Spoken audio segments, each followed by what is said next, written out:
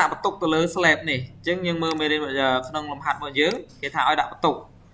របស់យើងគឺបន្ទុកថេប្រហែល 5.5 គីឡូញូតនក្នុង1ម៉ែត្រការ៉េណា 5.5 គីឡូញូតនក្នុង1ម៉ែត្រការ៉េនេះបន្ទុកថេដែរនៅជុំវិញអញ្ចឹងមកគេរៀបជុំវិញអញ្ចឹងនេះជាងឥតហ្នឹងគឺជុំវិញហ្នឹងគឺ 10 គីឡូញូតនក្នុង1ម៉ែត្រហើយបន្ទុកអាថេគឺប្រហែល 2 គីឡូញូតនក្នុង1ម៉ែត្រការ៉េអញ្ចឹងយើងដាក់បន្ទុកដើម្បីដាក់បន្ទុកនៅលើនេះបានណា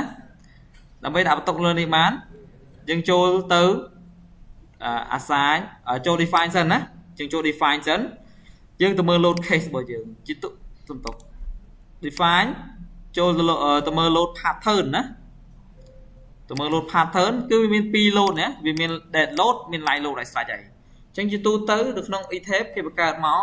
ពេលដែលយើងបង្កើតភ្លាមវាគាត់ជាមាន default មួយគឺ dead load និង live load នេះស្រេចមកហើយតមកទៀតបើមានពេលហ្នឹងហើយយើងចូល assign ចូល shell load នេះហើយសំទោសចូល shell load ទៅមកយក uniform shell load uniform ទៅមកយើងចុចមកកន្លែងនេះ dead load វាប៉ុន្មានមិញ 5.5 ណា 5.5 អញ្ចឹងមុននឹង apply បន្ទុកបានយើង select យក replace existing load អញ្ចឹង select លើបន្ទុកលើ slab របស់យើងដែលត្រូវនេះណា select ទៅលើ slab របស់យើងដែលត្រូវដាក់បន្ទុកអញ្ចឹងយើងចុចកន្លែង select នេះមក select លើវាមកណា select លើវាទៅ select មក2 select 2នេះគឺវាប្រាប់យើងកន្លែងនេះ to shell selected ណាពេលដែលប្រាប់ to shell select ហើយយើងកន្លែងនេះចុច5ចុច apply មកបានន័យថាបន្ទុករបស់យើងនៅលើ slab ហ្នឹងគឺ 5.5 គីឡូញូតនចូលហើយគឺជាបន្ទុក dead load rồi hai accelerate វាគិតឲ្យខ្លួនឯងឲ្យអូតូក្នុងហ្នឹងណាឲ្យភ័យឯងវាគិតឲ្យអូតូ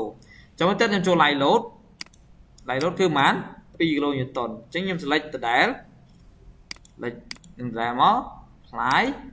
ចុច OK មកអញ្ចឹងគឺនេះបាន live load យើងគឺ2 គីឡូញូតនក្នុង1ម៉ែត្រការ៉េតមកទៀតខ្ញុំ select អីគេខ្ញុំ select ធ្នឹមជុំវិញណាធ្នឹមជុំវិញឲ្យដាក់បន្ទុកបរិស្មើដើម្បីដាក់បន្ទុកបរិស្មើខ្ញុំ select ធ្នឹមជុំវិញហ្នឹងហើយខ្ញុំចូល assign ចូល frame load ចូល distributed load កន្លែងនេះខ្ញុំបង្កើតឲ្យមកប្រហែល 10 គីឡូញូតនក្នុង1ម៉ែត្រហើយកន្លែងនេះយកវាជា dead load ដោយសារអីវាជាអញ្ចឹងណាកន្លែងហ្នឹង